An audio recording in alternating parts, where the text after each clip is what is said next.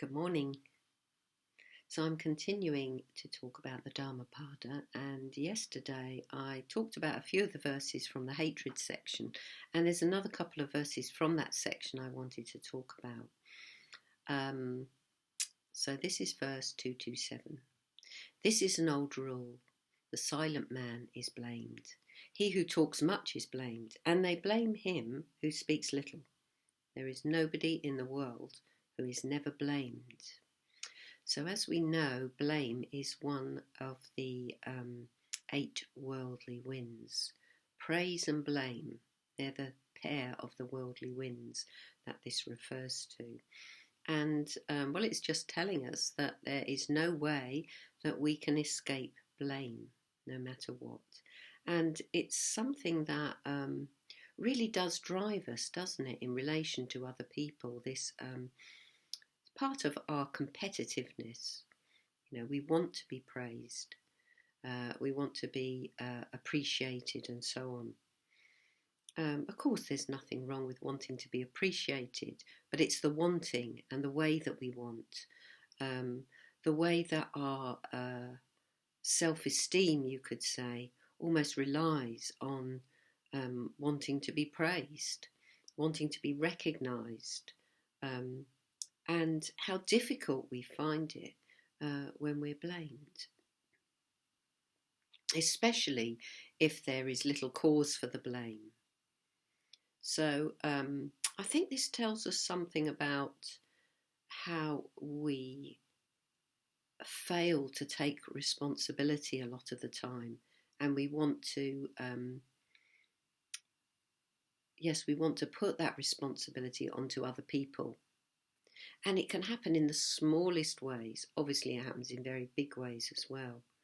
And society, once again, society does, it prompts us to blame, and actually to blame in a very extreme way, to have black and white thinking.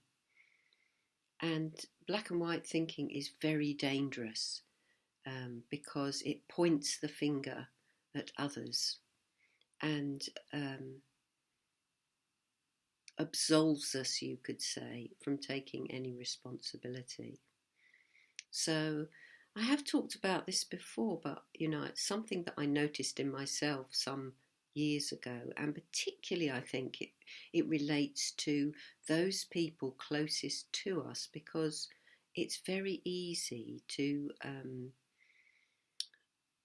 not take responsibility, and there can be quite a subtle response in ourselves. Something goes wrong, let's take a really silly example, like somebody doesn't put the top on the toothpaste, or something has been moved and we think, well, we didn't move it, it's the other person that moved it. These small things that happen within our household, that we can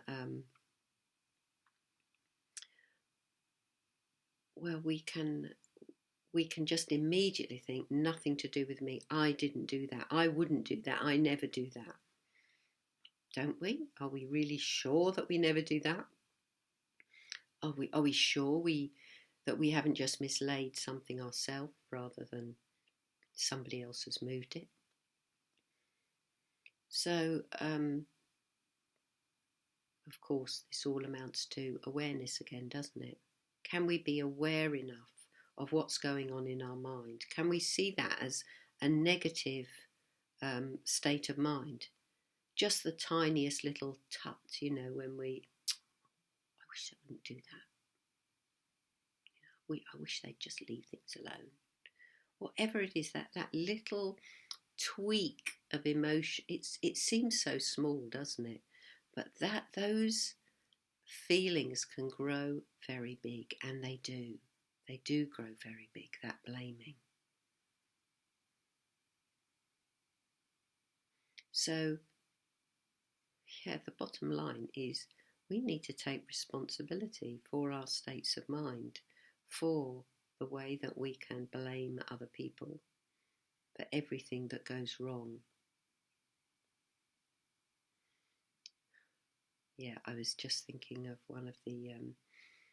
I saw a little bit of the last of the kind of government late afternoon responses um, to the press around the coronavirus, and the questions. I mean, I've never seen more than a few minutes, but the reason I can't bear it actually is that the blame that goes on, the blame to the government about every little aspect.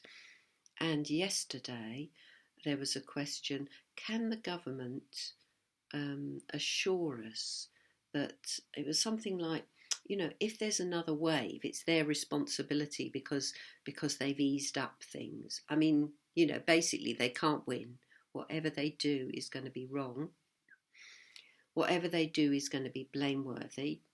Doesn't matter if they do their best, they will be blamed. And not just blamed in a quiet way, but in a very verbal, demanding sort of way. And it seems now that that's the way that in public people will speak to each other. And it sets people against each other. I mean, I suppose that's the whole basis of the political system, isn't it? Setting people against each other by accusing them, by blaming them for everything that goes wrong in the world. So we have to realise that all that starts very small, and before we know it, we can be blaming all sorts of people as a way of not taking responsibility. So this verse tells us there's no way out of blame, and sometimes we will be completely, blameless, but we will be blamed, and we have to learn tolerance when that happens. Otherwise, we set up a barrier between ourselves and others. So there's a story about, might have been Dogen, and anyway, it was about, a Japanese monk, and one day a woman and her daughter come to the monastery carrying a baby, and the mother is furious and says, this baby is yours, this is what you've done and you can take responsibility for this baby. And the monk says, is that so? And takes the baby. Many years later, the daughter now is having serious regrets because she realises she lied so that she didn't have to admit to one of the villagers that it was one of the villagers' child, because she knew that there would be terrible consequences. So she goes back with her mother to the monastery and says, we're deeply sorry. They bow down, they bring offerings, they say the child isn't yours. Is that so? He says. So I don't know the full background to that story because that's all we know about. Did the child stay at the monastery? Did the child go back with its mother? But the point of this story is that the monk was beyond blame, praise and blame. He did, and he took the child and presumably brought it up to the best of their ability in the monastery, or at least had it looked after very well. So, apparently that is a true story. The verse after it says, there never was and never will be, nor is there now, a man who is always praised and utterly condemned. And this too is important because I think we look for people who we could admire to the extent of thinking that they're completely blameless of anything. And this particularly happens, I think, in relation to teachers, to gurus. And it's a very dangerous thing to expect anybody to be perfect, because everybody has got their shadow side, um, and yeah, it's not. Well, in a way, it's our own problem when we try and elevate somebody, um, and imagine that they could be perfect. It's a very dangerous thing to do, because there's a long way to fall when we've elevated somebody onto that pedestal, and we can be very unforgiving. But it's our own problem in that, it's our projection. We're not really seeing the person, we're just seeing what we want to see. So I will leave it there, and I'll see you again soon. Bye bye.